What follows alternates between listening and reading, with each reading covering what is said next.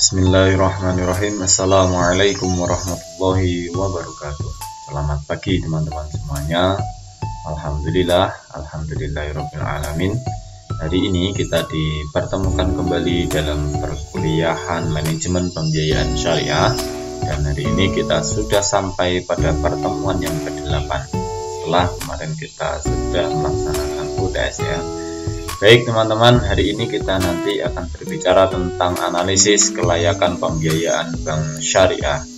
Nah, sebelum kita membahas tentang analisis kelayakan ini, alangkah baiknya kita mulai perkuliahan hari ini dengan membaca surat Al-Fatihah. A'udzubillahi minasyaitonirrajim. Bismillahirrahmanirrahim. Alhamdulillahirabbil alamin. Ar-Rahmanir-Rahim. Maliki yaumiddin. Iyyaka na'budu wa iyyaka nasta'in. Ihdinas siratal mustaqim. Siratal ladzina an'amta 'alaihim ghairil maghdubi 'alaihim waladdallin. Rabbighfirli wa liwalidayya wa lil mu'minina amin. Baik teman-teman. Nah, langsung saja kita bahas tentang bagaimana sih analisis kelayakan pembiayaan di bank syariah itu. Jadi kalau kita ketahui bahwa bank ini kan secara umum adalah sebagian besar dananya ini, dana operasionalnya ini diputar dalam sebuah pembiayaan ya begitu. Nah, meskipun pembiayaan ini adalah sumber pendapatan yang paling besar bagi bank, tapi ini juga merupakan sumber resiko bagi perbankan yang terbesar juga. Karena kalau nanti misalkan ada pembiayaan yang macet, maka ini bisa mengganggu operasional dan likuiditas bank itu sendiri. Nah, risiko pembiayaan yang macet ini sebenarnya bisa diperkecil dengan melakukan analisa pembiayaan, teman-teman. Yang tujuan utamanya tentu ya menilai seberapa besar kemampuan kesediaan debitur mengembalikan pembiayaan yang mereka pinjam gitu. Nah, maka dalam analisis kebijakan pembiayaan ini tentu tujuan utamanya adalah yang pertama ya, menilai kelayakan usaha calon peminjam. Nah, ini menjadi penting ya. Kenapa? Karena aplikasi utama dari sebuah pembiayaan tentu ini adalah siapa yang meminjam dana, dan itu nanti harus mau tidak mau kita nilai terlebih dahulu sebelum kita memberikan pembiayaan kepada yang bersangkutan. Maka tujuan yang pertama dalam analisis pembiayaan adalah menilai kelayakan usaha calon peminjamnya itu sendiri. Nah, selanjutnya adalah yang kedua, menekan risiko akibat tidak terbayarnya pembiayaan. Semua yang ada di bisnis pasti memiliki risiko ya, termasuk juga dalam pembiayaan. Kemudian pembiayaan ini tentu memiliki risiko yang lebih besar karena ini adalah proses pemberian dana kepada pihak lain yang pihak lain tersebut belum kita kenal, belum kita tahu track recordnya seperti apa. Maka tujuan utama dalam analisis pembiayaan adalah menekan risiko akibat tidak terbayarnya pembiayaan. Selanjutnya yang ketiga adalah menghitung kebutuhan pembiayaan yang layak. Berapa besar dana yang akan kita berikan kepada calon nasabah, berapa lama biaya yang bisa kita berikan kepada calon nasabah sehingga calon nasabah ini, calon peminjam ini bisa dihitung ya kebutuhan pembiayaannya berapa dan berapa lamanya. Nah, maka setelah tujuan analisis pembiayaan ini dirumuskan, disepakati oleh partner pembiayaan, selanjutnya adalah menemukan pendekatan-pendekatan yang digunakan untuk analisis pembiayaan.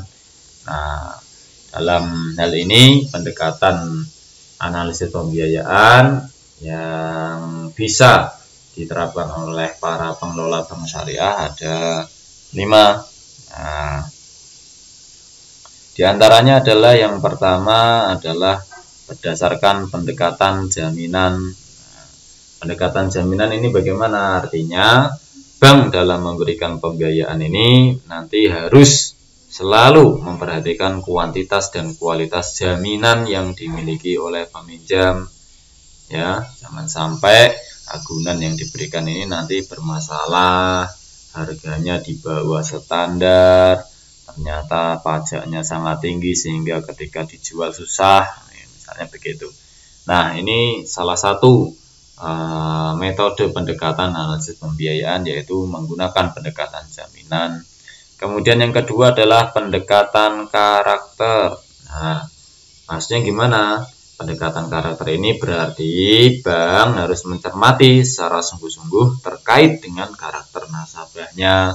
Harus tahu bagaimana, apakah dia termasuk tipe-tipe orang yang mudah membayar atau malah enggan membayar, misalnya begitu. Oke, selanjutnya adalah yang ketiga, pendekatan kemampuan pelunasan. Nah, ini juga menjadi pendekatan utama dalam analisis pembiayaan. Artinya apa? Artinya bank ini nanti harus menganalisis kemampuan nasabah untuk melunasi jumlah pembiayaan yang telah diambilnya nanti. Ya, jangan sampai nanti ternyata ketika pembiayaan diberikan malah tidak mampu melunasinya. Kemudian yang keempat adalah pendekatan dengan studi kelayakan. Nah, ini yang akan kita bahas nanti. Nah, artinya apa? Artinya bank ini harus benar-benar memperhatikan kelayakan usaha yang dijalankan oleh nasabah calon peminjam. Ya, layak enggak kira-kira diberikan pembiayaan gitu. Dan yang terakhir adalah pendekatan fungsi bank.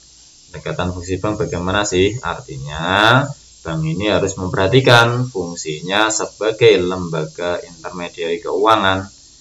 Maksudnya mengatur mekanisme dana yang dikumpulkan dengan dana yang disalurkan gitu. Nah, ini juga bagian dari pendekatan secara internal ya.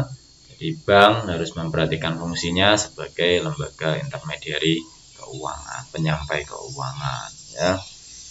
Oke teman-teman ya, ini pendekatan yang bisa digunakan dalam analisis pembiayaan. Nah, selanjutnya adalah prinsip analisis pembiayaan. Yang namanya prinsip itu kan sesuatu yang dijadikan pedoman ya dalam melaksanakan sebuah tindakan, sebuah keputusan kan begitu.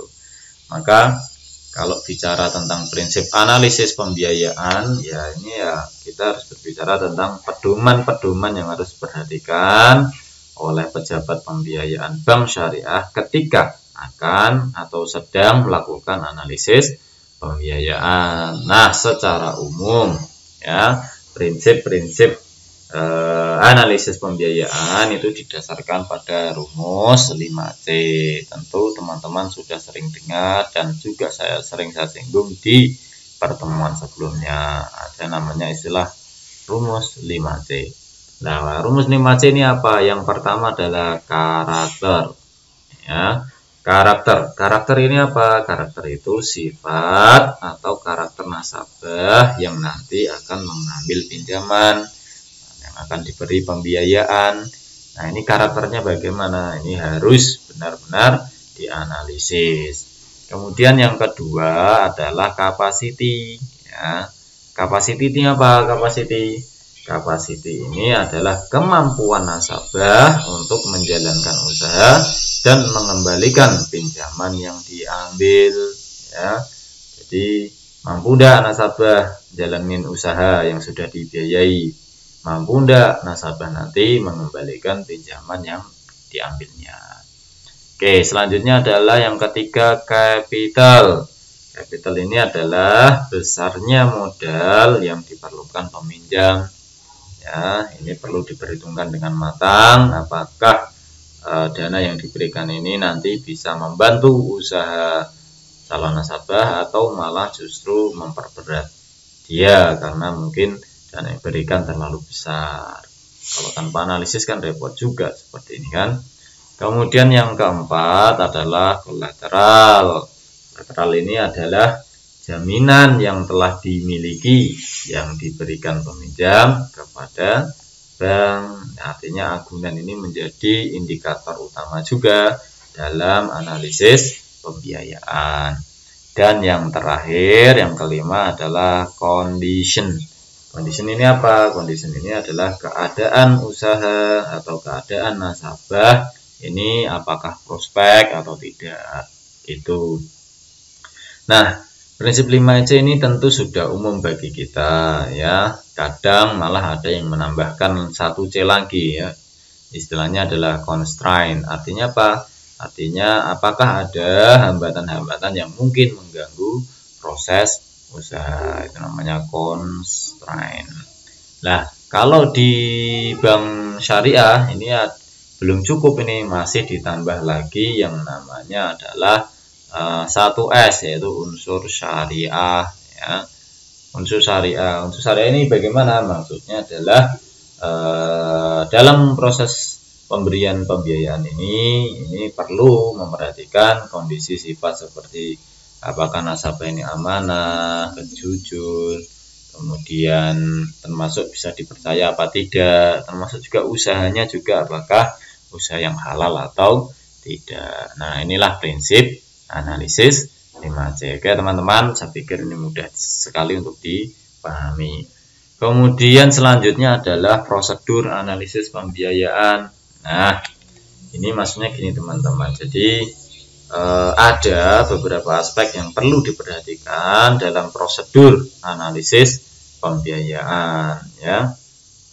Jadi aspek-aspek penting dalam analisis pembiayaan ini perlu sekali untuk dipahami oleh pengelola bank syariah. Apa saja nih kira-kira? Nah, oke, kita lihat ya prosedur analisisnya. Nah, prosedur analisis dalam pembiayaan khususnya bagi bank syariah ini ada beberapa hal yang perlu ada dan harus dilalui begitu. Yang pertama adalah berkas dan pencatatan. Ini memang wajib sekali ya. Harus ada berkas yang jelas ya, catatan-catatan penting yang terkait tentang nasabah, usahanya nasabah ya, keadaan nasabah dan seterusnya begitu. Ini berkas-berkas ini sangat penting sekali. Nah, kemudian yang kedua adalah tentang data pokok dan analisis pendahuluan.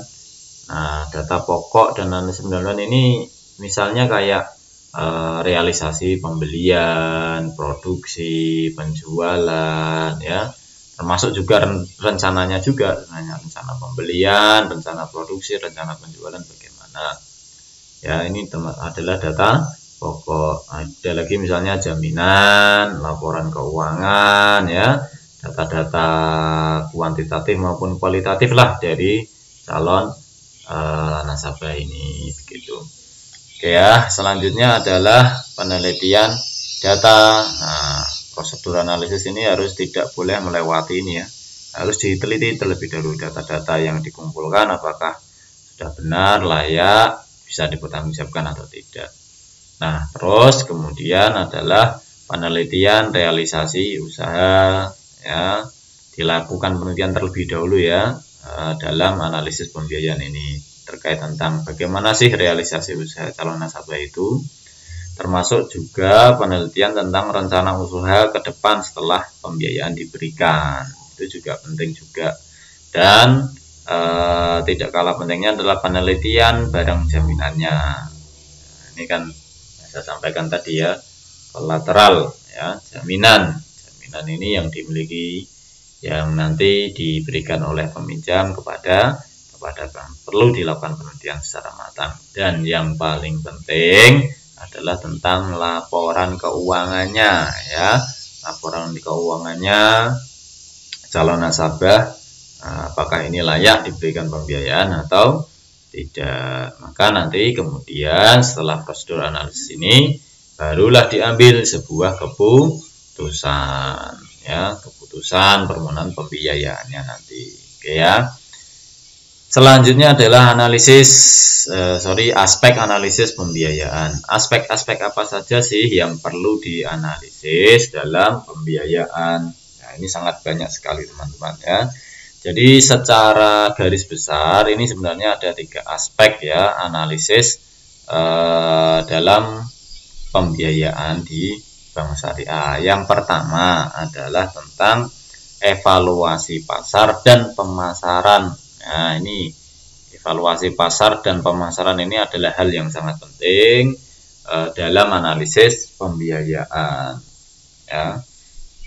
Nah, kemampuan perusahaan dalam menciptakan pendapatan ya, atau bisa membuahkan hasil dana begitu ya, untuk mengembalikan pembiayaan ini sangat-sangat dipengaruhi oleh keberhasilan pemasaran dari hasil produksi calon nasabah itu. Semakin maju berarti pemasaran nanti akan semakin besar pula ya kemampuan perusahaan meningkatkan jumlah penjualan dan keuntungan mereka. Nah, seorang analis pembiayaan ini harus melihat 2 aspek ya teman-teman, aspek internal maupun aspek eksternal ya. Aspek internalnya apa misalnya? Aspek internalnya adalah misalnya perlu diperhatikan yang namanya 4P ya, kalau dalam istilah pemasaran 4P atau marketing mix. Ya, marketing mix. Apa itu? Yang pertama adalah produk. Produknya ini bagaimana? Produk yang dihasilkan perusahaan itu seperti apa? Gitu. Kemudian yang kedua adalah place. Place itu apa? Tempat. Strategi distribusi produknya bagaimana? Kemudian ada lagi misalnya price ya, atau strategi harga penjualan produknya berapa gitu ya.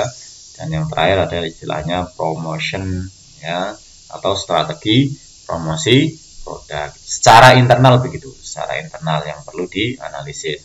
Kalau secara eksternal Pak, secara eksternal itu ada beberapa hal juga ya, ada beberapa hal yang perlu diperhatikan. Misalnya kayak perkembangan kehidupan ekonomi umumnya bagaimana, apakah terjadi krisis atau tidak di wilayah tersebut, inflasinya bagaimana misalnya begitu.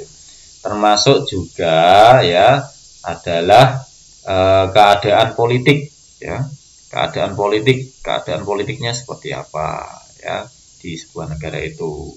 Kemudian ada lagi misalnya kayak perkembangan persaingan pasarnya, termasuk juga peraturan pemerintah juga setempat bagaimana gitu ya. Oke teman-teman ya, ini secara sekilas tentang evaluasi pasar dan pemasaran. Selanjutnya adalah tentang evaluasi manajemen perusahaan nasabah. Nah, ini juga penting ya, karena manajemen ini kan faktor produksi yang paling menentukan dalam memelihara kelangsungan dan perkembangan hidup perusahaan.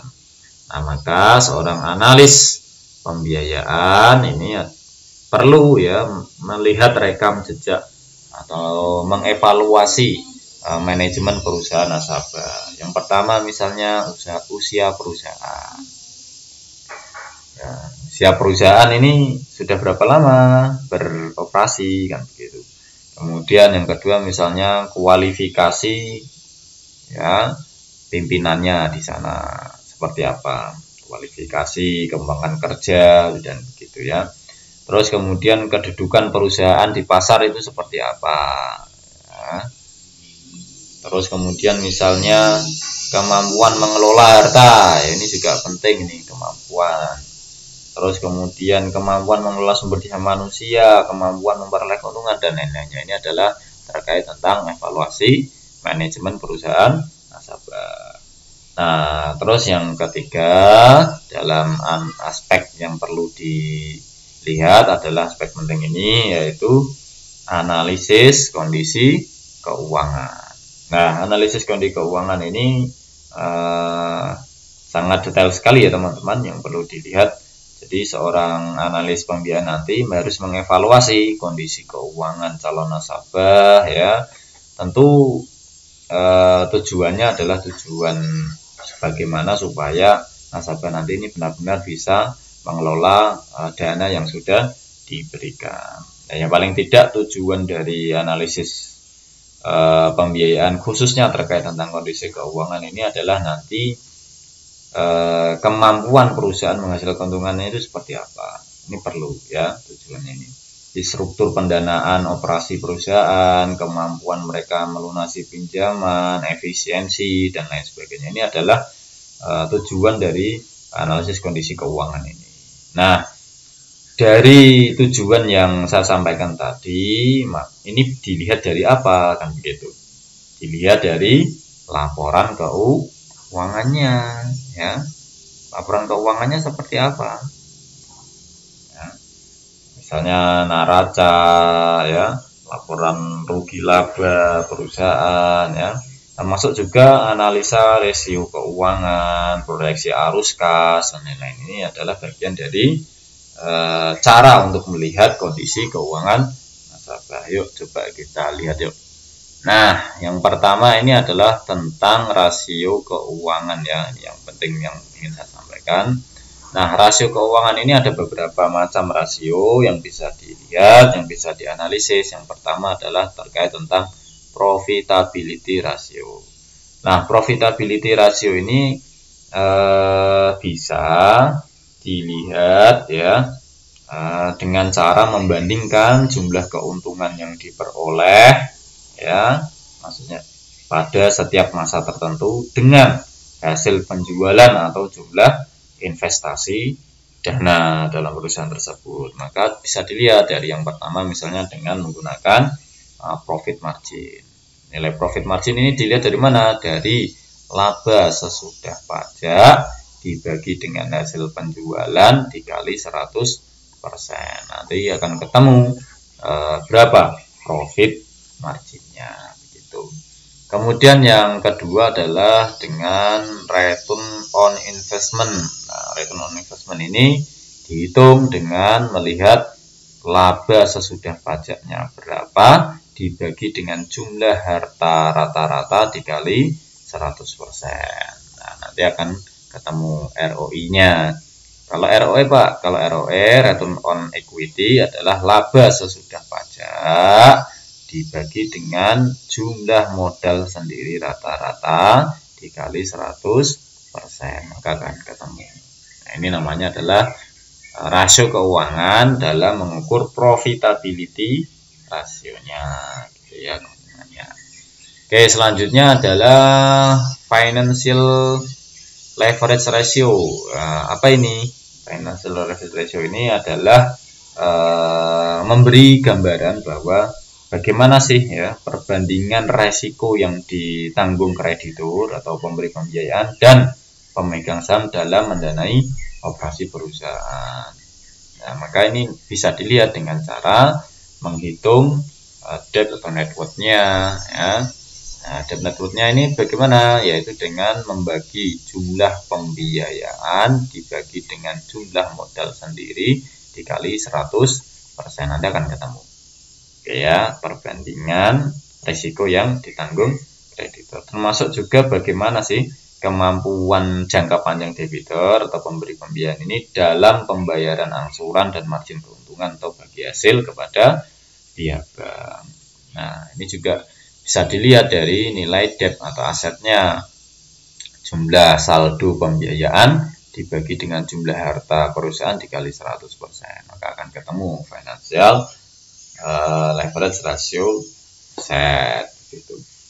Nah, selanjutnya adalah yang ketiga yaitu financial liquidity ratio.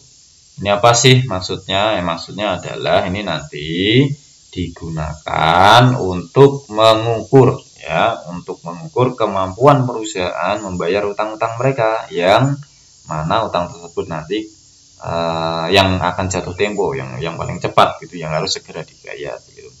Nah, rasio ini sering digunakan untuk menggambarkan kemampuan calon nasabah pembiayaan ya. Yang bisa dilihat dari current rasionya. Current rasionya ini diukur dengan jumlah harta lancar dibagi dengan jumlah utang lancar dikali 100%, maka ketemu nih current rasionya berapa ya. Kalau quick ratio ini adalah dengan membagi jumlah harta lancar yang sudah dikurangi persediaan dibagi dengan jumlah utang lancar dikali 100%. Maka ini ketemu financial liquidity ratio ya. Selanjutnya yang terakhir untuk rasio keuangan ya. Untuk rasio keuangan yang perlu diperhatikan adalah tentang activity performance ratio. Nah, ini maksudnya apa sih? Maksudnya adalah untuk menilai teman-teman, menilai bagaimana efisiensi manajemen perusahaan dalam mengelola berbagai macam harta operasional perusahaan. Maka biasanya diukur dengan menghitung average collection-nya ya, inventory turnover-nya berapa, dan cash to cash cycle-nya. Nah, oke, kita lihat average collection. Average collection ini dihitung dengan cara membagi jumlah saldo piutang dagangnya berapa dibagi dengan hasil penjualan bersihnya dikali 100%. Maka akan ketemu average collection. Nah, kalau inventory turnover ini adalah saldo persediaan rata-rata dibagi dengan harga pokok penjualan per tahun dikali 365 hari, akan ketemu berapa. Nah, kalau cash to cash cycle ini adalah dengan cara menghitung saldo kas rata-ratanya berapa dibagi hasil penjualan per harinya ditambah dengan average collection period ya, average collection yang tadi ya, yang kita bicarakan tadi ini ya. Kemudian ditambah saldo persediaan rata-rata dibagi dengan hasil pokok penjualan per hari. Ini nanti ketemu cash to cash cycle-nya. Nah, inilah sekilas tentang rasio-rasio keuangan yang perlu kita ketahui baik bagi calon nasabah maupun seorang analis pembiayaan gitu. Oke. Selanjutnya adalah tentang memorandum pembiayaan yang terakhir ya. Memorandum pembiayaan ini apa sih?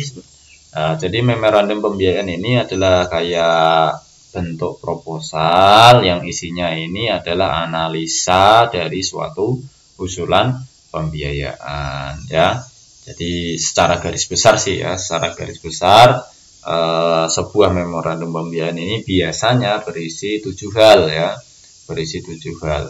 Ada tujuan pembiayaan, ada latar belakang calon nasabah, ada kondisi usahanya, termasuk juga analisis keuangan calon nasabah bagaimana, analisis agunannya, analisis resiko pembiayaan, dan yang terakhir adalah kesimpulan dan rekomendasi. Yuk coba kita bahas sedikit tentang tujuan pembiayaan. Nah, tujuan pembiayaan ini apa sih? Tujuan pembiayaan ini memang harus dijabarkan dengan jelas sejak awal. Isinya apa? Isinya tentang besarnya kebutuhan fasilitas pembiayaan yang diajukan ya, termasuk kegunaan fasilitas pembiayaan yang diajukan ini ya, apakah untuk barang investasi atau keperluan modal kerja kan gitu. Termasuk juga jangka waktunya berapa ya, fasilitas pembiayaan yang diajukan ini tenornya berapa tahun kan gitu.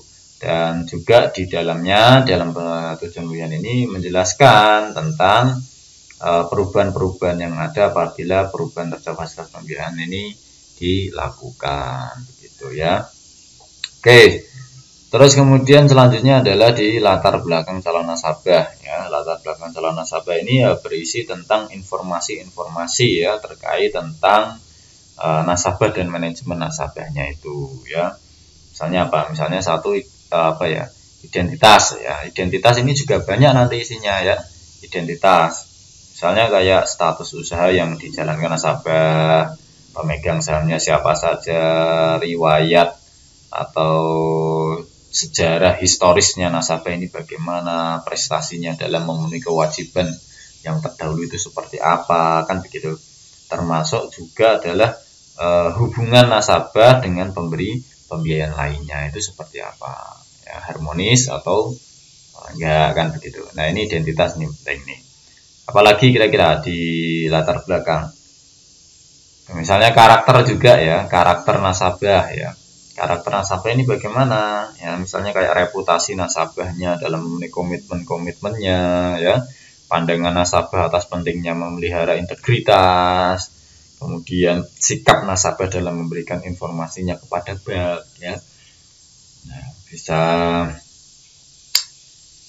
Nah, ini karakter-karakter seperti itu penting, teman ya. Reputasi, ya, cara pandang, sikap nasabah itu penting sekali. Kemudian masih di latar belakang calon nasabah, misalnya kayak mutu atau manajemen nasabah, ya. Manajemen nasabah ini juga penting nih. Ya, jadi pengalaman dan ketangguhan nasabah dalam mengendalikan usahanya bagaimana, ya. Risiko kontinuitas nasabah akibat usaha yang dijalankan ini seperti apa. Kemudian status kesehatan dan umur, termasuk juga ya umur manajemen perusahaan ini bagaimana. Termasuk juga kelemahan dan kelebihan dari manajemen nasabah, misalnya kayak pemasaran yang saya sampaikan tadi, ya, keuangan, produksi dan lain-lainnya ini bagaimana, kelemahan dan keunggulannya bagaimana, begitu ya. Oke, selanjutnya adalah tentang kondisi usaha. Nah, kondisi usaha ini adalah gambaran tentang kesehatan usaha yang dijalankan oleh nasabah. Maka informasinya nanti terkait tentang posisi nasabah dalam persaingan pasar, posisinya seperti apa, ya kan? Termasuk juga pemasok utamanya, ya, itu siapa, apakah lancar apa enggak, kan gitu kan. Pelanggannya siapa saja, kan gitu. Prospek enggak di usaha ini dijalankan, kan gitu kan. Kondisi persaingannya, resikonya seperti apa, ini adalah bentuk dari kondisi usaha. Oke. Selanjutnya adalah tentang analisis keuangan calon nasabah. Nah, analisis keuangan ini maksudnya adalah untuk mencermati, ya, laporan keuangan perusahaan nasabah mulai dari neraca, laba rugi sampai pada arus kas. Ya, seperti yang saya sampaikan tadi sebelum ini, ya, ada laporan-laporan, rasio-rasio yang perlu dilihat dan dipertimbangkan, dianalisis, ya. Jadi hal-hal pendukung dalam analisis keuangan ini misalnya sejarah keuangan perusahaan, ya, posisinya, neracanya, laba rugi, arus kas dan seterusnya. Termasuk juga proyeksi keuangan perusahaan ketika dilihat dari proyeksi cash flow saat ini ke depan bagaimana, begitu. Selanjutnya adalah analisis agunan. Nah, analisis agunan ini prinsipnya adalah melihat, ya, barang jaminan yang dijaminkan nasabah, ya, tentu harus memenuhi standar, ya. Standar yang pertama adalah marketability, ya, marketable, ya. Marketable ini artinya mudah untuk dijual, kemudian nilai agunannya berapa, kan begitu, ya. Terus kemudian harus memiliki ciri khusus, ya, dari barang agunan itu sendiri, ya, apakah itu tanah atau apa bentuknya yang diagunkan. Kemudian yang perlu diperhatikan di agunan ini adalah cover asuransi yang memadai dari barang agunan itu, ya. Jadi ada asuransinya. Ya, kemudian yang selanjutnya adalah analisis resiko pembiayaan. Nah, analisis resiko pembiayaan ini diperlukan penjabaran mengenai kemungkinan jenis dan tingkat risiko, ya, yang terjadi pada usaha nasabah. Apakah risiko ini sangat berbahaya atau barangkali tidak cukup berbahaya. Nah, maka perlu dilihat risikonya, apakah itu risiko makro atau risiko mikro, ya kan. Ya, kalau risiko makro misalnya kayak menurunnya daya beli konsumen, ya, berkurangnya anggaran belanja pemerintah, gejolak valuta asing, ya, perubahan-perubahan aturan pasar, pembatasan impor ekspor. Wah, ini kan sangat berbahaya sekali, ya. Risiko makro ini juga harus dipertimbangkan. Kemudian ada juga risiko mikro itu, ya. Risiko mikro itu apa sih? Risiko mikro ini misalnya kayak hilangnya atau berkurangnya pangsa pasar, ya, pengurangan atau penghentian fasilitas pembiayaan dari supplier, kekurangan bahan baku, ya, termasuk juga misalnya meninggalnya para pengelola kunci perusahaan itu. Nah, maka setelah melihat tujuan pembiayaan, latar belakang, kondisi usaha, analisis keuangan, analisis agunan, analisis risiko pembiayaan, terakhir kita bisa menuliskan di sana kesimpulan dan rekomendasi. Isinya apa? Tentu ya dari ini bersifat ringkas, jelas begitu ya, dan juga tentu memuat isi-isi yang sudah dibahas tadi. Maka kesimpulan misalnya ya yang wajib yang ada di kesimpulan ini adalah terkait tentang analisis 5C ya. 5C atau tadi ada yang menyebut istilah 6C karena ditambah constraint atau ditambah lagi dengan 1S misalnya begitu. Terus di kesimpulan harus ada pendapat atau pertimbangan dari hasil seluruh analisis yang telah dilakukan. Dan yang terakhir tentu rekomendasi ya. Rekomendasinya adalah terkait tentang struktur pembiayaannya seperti apa dan persyaratan umum dan persyaratan khusus yang perlu dipenuhi itu. Oke teman-teman, mungkin itu yang bisa saya sampaikan. Mohon maaf, sampai bertemu kembali di pertemuan berikutnya. Sampai jumpa. Assalamualaikum warahmatullahi wabarakatuh.